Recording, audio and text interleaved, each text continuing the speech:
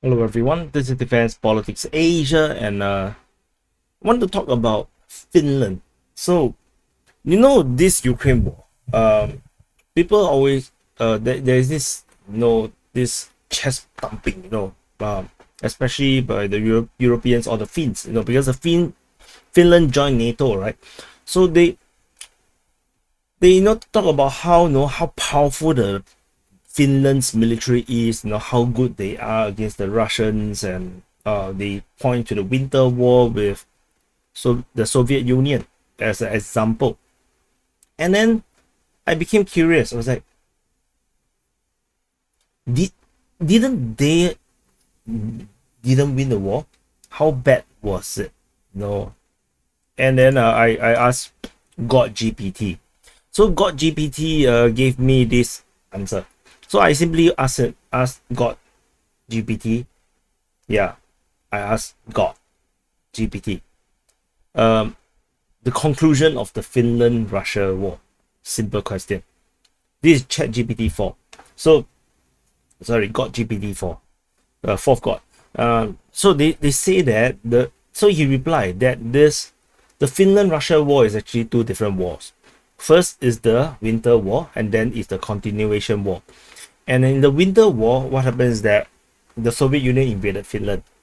Evil Russians. Sorry, they are Soviets. So evil Soviets. So you have to understand Stalin. Stalin is a Georgian. He's not Russian. So Soviet Union is led by a Georgian. So no, to claim that they are Russians is not very accurate. Because who knows, a lot of the people might actually live in the modern day Belarus. Have you considered that? So basically, the so this entire war started on the November the 30th of 1939, and the conflict ended with the signing of the Moscow Peace Treaty. Basically 4 months later, 4 to 5 months later, and so despite facing the larger and better equipped Soviet force, the Finnish army managed to inflict insignificant casualties on the Soviets. However, the Finland still lost the war. They conceded and ceded. They gave up 11% of its territory. Finland lost the Winter War. So despite they say that all these stories about they killing a lot of Russians, like some heroic thing, then they still lost territory. And that's very important to note, that they lost territory. The thing is, they lost not just simple territory, but quite important territory. Their Karelian Isthmus, the part of Sala, Mursamo. Actually, I have no idea what is all these places, but it's basically 11%. That's a lot. No, if you look at Ukraine, Donetsk and Luhansk combined, that's around 10%. So it's basically losing a Donbass for Finland. Then there's a second war, the continuation war, 1941 to 1944. This time round is a bit different. Finland went into a military alliance with Nazi Germany. Although I would say that it's not exactly fully their choice per se, I think, because you will be rather pressured to have the Nazis beside you. But so they were supported by the Nazis, and they fought. And in fact, part of this, the because of the Finnish support, a lot of Russians actually died. And I'm talking about civilians. So anyway, this war started in June 25th, 1941. This is actually more or less part of the Germans' offensive into Soviet Union. And at the end, the war ended in 1944 on September 19th. And then they signed another treaty, the Moscow Armistice. And this armistice, Finland again lost territory. And this includes the area that they have lost in the Winter War, and then another region. If I saw on Twitter, some of the replies, they said that they actually lost access to the North Sea. Then the Finnish is also demilitarized. They demobilized its armed forces. They got demilitarized. They have to pay war reparation to the Soviet Union, and they have to expel German forces from its territory. Basically, break its military alliance with the Germans. So, in both wars, Finland lost territory. In both wars, Finland also killed more Russians. So, is it worth it? I would say that there is not a choice per se. It's not Finland's choice.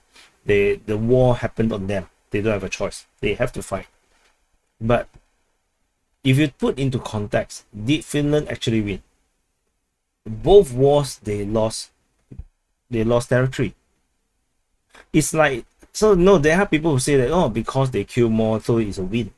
But imagine you fight with an entire mafia gang. You killed half of its henchmen, you killed half of the gangs, all the gangsters in the mafia. But your house got burned down. Your wife is dead. Your dog is dead. So what if you kill half of the mafia? You have no house, no wife, no dog. You are basically John Wick. Yeah, you're John Wick. So is it a win? I don't know. So the same thing seems to be repeating itself in a way with the Ukraine war. Ukraine is now facing, just like what Finland has faced, a massively more powerful country, which is actually Russia. And the Russians are not playing the same game.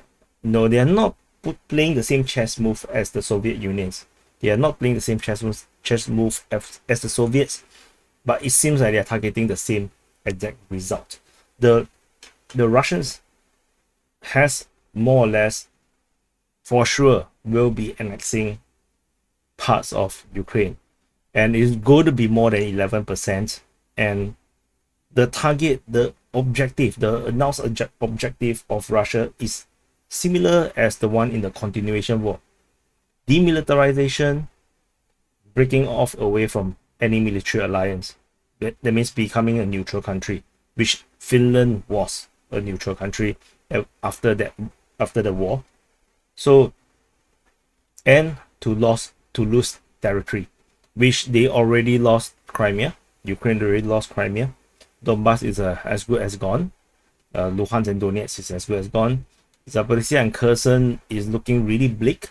Despite the Ukrainian counter-offensive is going to come soon, in the big one, not the small ones, but there is no guarantee because the Russians are entrenched.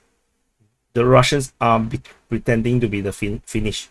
Then they are asking the Soviet-like Ukrainians to come. In a way, in a bizarre change of fortune.